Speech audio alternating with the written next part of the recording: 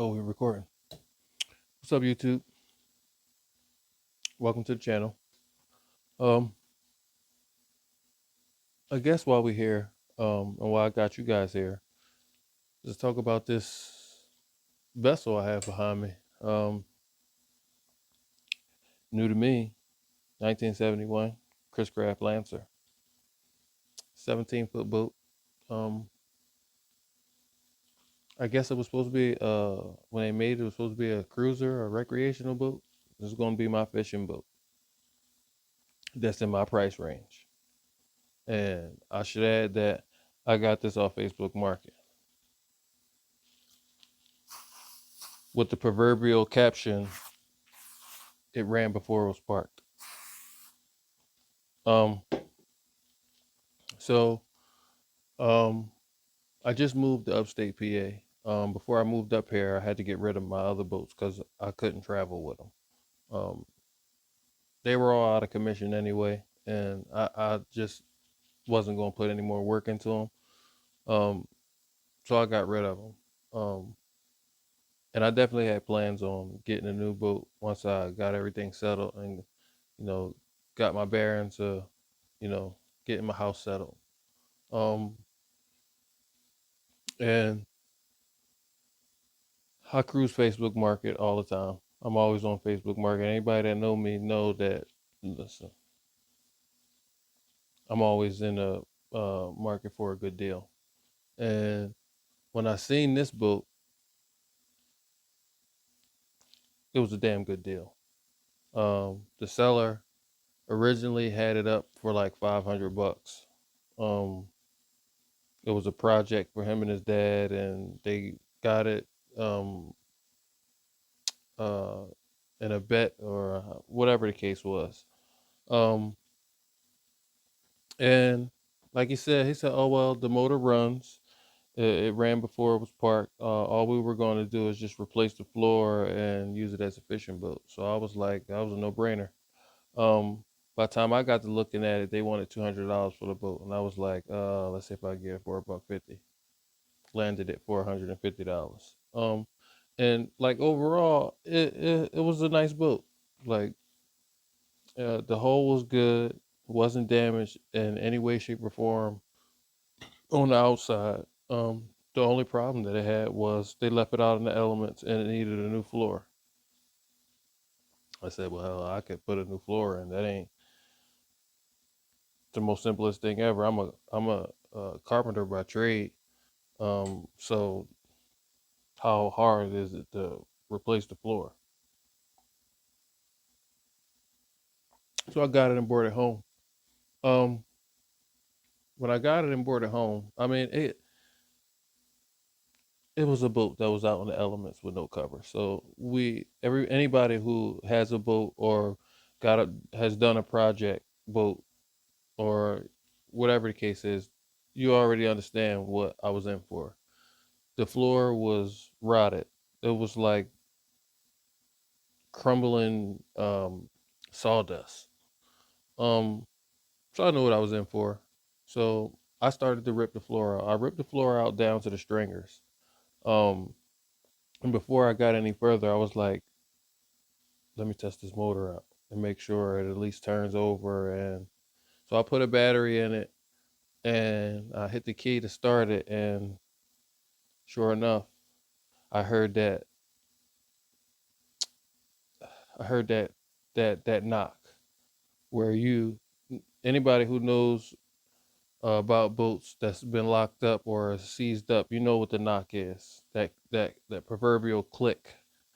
Um, So I dived in a little bit just to see if it was just, maybe hydro locked or, I could get none of the above. It was seized beyond repair. Like when I pulled the heads on it, they were filled with water. I mean, the risers, everything was just corroded and rusted completely. So was like, I'm not even going to spend no time trying to get it unstuck. I'm going to rip it out because in general, I wasn't really trying to deal with an inboard motor, but because everything was there, I was like, all right, I'll I'll go for it. But the minute it was locked up, I started pulling it. I started breaking it down and pulling it out. Um, I think that was like the second day I got it. After I ripped the floor up, it was like 6 o'clock in the evening, and I was like, look, I'm gonna just keep it going. And I started at 6 o'clock in the evening, ripping the motor out. By 6 o'clock the next morning, it was already in the back of my truck. Because my workspace is very limited, so I can't hold on to anything. So that next morning, the motor and the stern drive was already at the scrapyard, and it was an original Chris Craft engine with the Penta stern drive.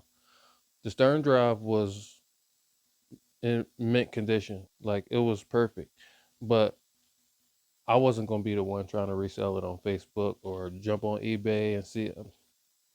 Not that guy. Okay? You're not that guy, pal. Trust me. You're not that guy. Okay. I did get some money for it, and that went to just buying new wood for the floor. Um, so I had my plan was to just put an outboard on it with a bracket, because if you know about putting outboards or repowering boats that has a transom that had a stern drive, you already know that unless you fabricating and cutting the transom down so that you could put outboard motor on there, you putting a bracket on. So um, in the midst of installing the floor, I made sure that I reinforced the transom. So um,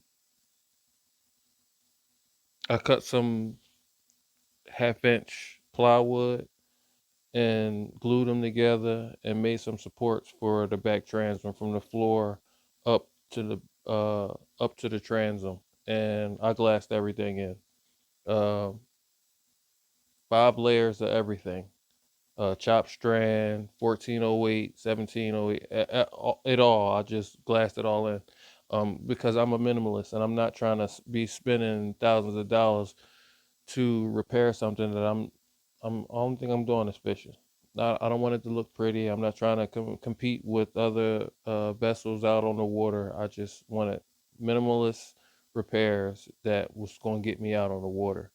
So I glassed everything in and built a bench seat where the original motor was, which gave me a little bit more length in the inside of the boat for gear, tackle, or even bringing extra guys out on the water with me. Um, I kept the original gas tank. The gas tank is up under the dash in the front. That's how this where they stored the gas tanks in these old 71 Lancers. Um, but yeah, I took all the seats and ripped everything out, put new floor down. I did glass the floor. I did do a layer of chopped strand and 1408 on the floor just to give it some rigidity. And if it got wet, it wouldn't penetrate the wood that much, because I put marine carpet on the bottom of the floor. I put it on the bottom of the floor and up to the gunnels on the side. Um, and I'll show you here in a second. But um, minimalist everything. Like it's no. And don't get me wrong. Like I know guys that like to put money into their boats, and they sanding it and repainting it and getting new chrome fittings, and I get that. And I don't. I'm not against doing that. I'm just not gonna do it. Because I live a very minimalist life.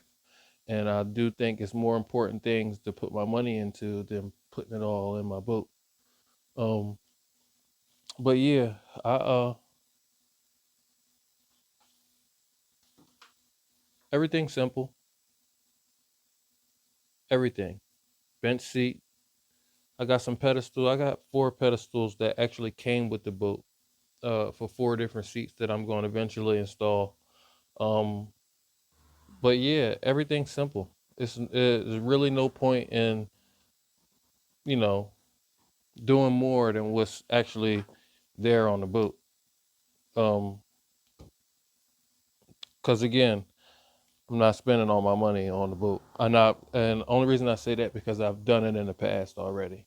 Um, this is my fourth boat. I refuse to put all my money into it. But um, this is going to be the last boat. Now, originally, my dream boat was anything with a cuddy in it. The biggest that I wanted was a 25 foot. Anything walk around with a cuddy in it, that was that's what I want. That's my dream boat. But I don't have to have it because basically it's anything that's going to get me on the water to throw my lines out and catch fish. And this is perfect. And I don't have a lot of room to play in. If you can see, I'm in a 2 car garage and my trailer already sticks maybe 3 or 4 feet outside of my garage. So I can't even close my garage door at this point, but it fits and it gives me enough space to work. So yeah. Now, after I installed a motor, when I found one, I've been cruising Facebook Market to find me a replacement outboard, but you already know how Facebook go. Everybody selling everything that they say they claim that it ran before I took it off or it ran before I winterized it, and I'm just not trying to. I don't feel like that. I'm good at fixing a lot of things. Like I'm a jack of all trades. Like I could do whatever it is as long as I got a diagram or a repair manual or whatever have you. Like, and fixing outboard or inboard engines is no different than fixing my car up under the hood.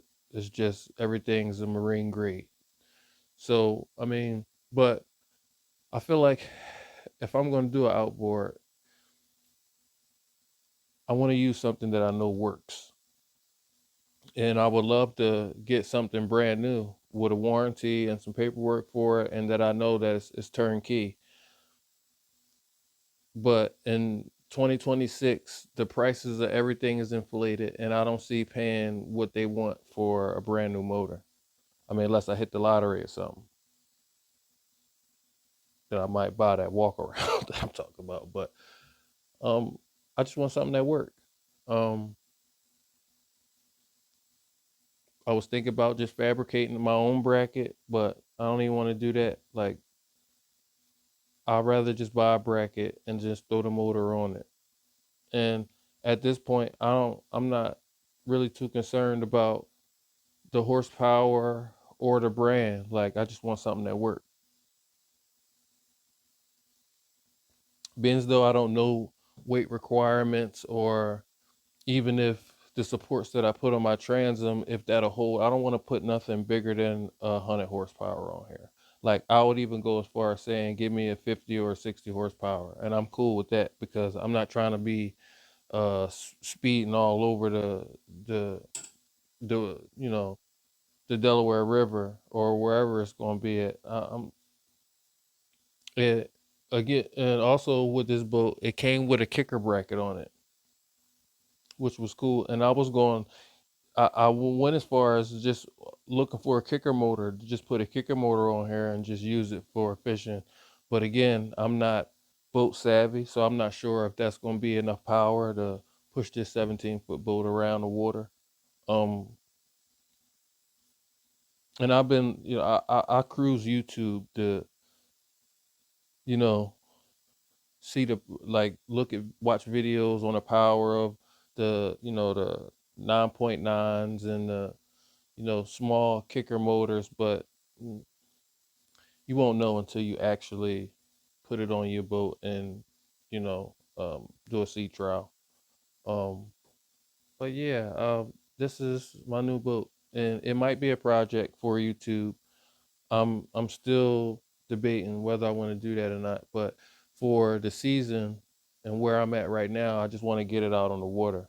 When the winter time comes, then I might just do a whole like I just might do a full restore. I might just gut it and do everything over. Put new chrome, um, the new windshield, new hydraulic steering. Like I might go to the max with it and just create a nice little series on me fixing it up. But at this point where I'm at, I don't need to do anything.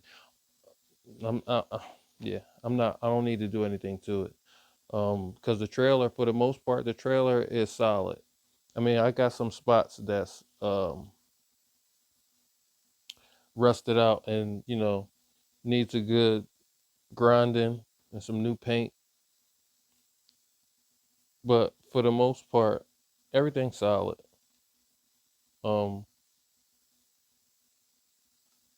so at this point, where the crossroads where I'm at now, like she'll float and I could do what the minimal things that I want to do with it on the water. Um,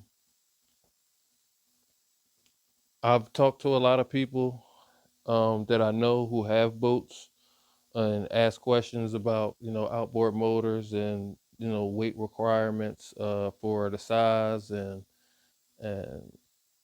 half of them don't know. Half of them got 34-foot carvers, and they got big boats with inboard motors with Cummins engines, and uh, so they board their boats turnkey. So it's hard asking people who only know about their boats, you know, general questions about repair and repowering. So that's also why I brought this project to YouTube. Maybe I could get some feedback from other people who is familiar with um, project boats or repairing boats or modifying transoms and weight requirements with motors. Like I don't claim to be proficient in any of this. Like I'm a general contractor, and I've been that for over 15 years. So if you would ask me anything about building a house, electrical, plumbing, roofing, masonry, like I got you there. But here I'm just going off the basic knowledge of what I learned with the vessels that I had over the past 5 years. Um, and I think the general knowledge that I have will it'll sustain me with the vessel that I own. Um, but yeah, I might do I might do a series on it. I'm not very photogenic. I'm not used to talking to a camera. Um, but yeah, I'm a jack of all trades, so I figure I could do anything that I put my mind to, and that's just how I operate. They call me Mister Do It All. I don't feel that way, but my work pretty much spoke for itself, so that's how I got the name. But this Lancer is definitely going to be a project. Like fishing is one of the things that I love doing besides working with my hands. Like this is my peace of mind. And I'm sure for a lot of people out there who have them a vessel or a boat or fish, they feel the same way. Like this is my out. Um, you probably could see I got I got helmets everywhere. Um, so the watercraft thing is not it's not the only thing that I like to do. Like dirt bikes and motorcycles is a thing too, but I have a 5-year-old, and on his first birthday, I had my first motorcycle accident, and my wife was like, "Yeah, you're done." I So know. You're I had to done. hang my motorcycle and dirt You're bike done. thing up for a while, and this is the new go-to. So um, yeah, I just need some opinions. That's all I need is opinions. And I know it's going to be a lot of people who scroll past and a lot of people who not going to watch or a lot of people that's just going, not say anything. But I mean, closed mouth don't get fed. So what I want to do is figure out one, until I get a outboard motor? Can I use a kicker motor on the water with this vessel? Um, Two is, if I get a outboard motor that's in fair condition, can I fix it on my own? Whether it be spark plugs, lower end issues, or the head, is that something that I could do? Um, um, I think that's probably it because, like I said, I gutted the whole boat, wiring, um, throttle cables, everything is going out of here. Only thing that's still attached to the boat is the hydraulic steering. Everything else is gone. Like I need to install new everything. Now, when it comes to wiring, I'm good on that side of things. Like I already know about the marine grade wiring and um bus bars and battery like hook set up and get up. I'm well rounded on that. My whole thing is the repower for actual motor. So, um, any tips or tricks or any information that anybody could give me in regards to uh, putting a kicker motor and using that as a motor until I am able to obtain an outboard, or if I could get an outboard that's in fair condition, can I do the repairs on it myself? Um, you don't gotta like and subscribe and all of that extra stuff. I'm not that kind of YouTuber. I'm on here to ask questions and to get answers. So if you're that person, reach out. Um, when I do get a motor outboard, whether it be a kicker or a a small horsepower outboard, then I'm be back on here with a video so that y'all could go through sea trials and y'all could go through the motions with me because I'm brand new to all of this.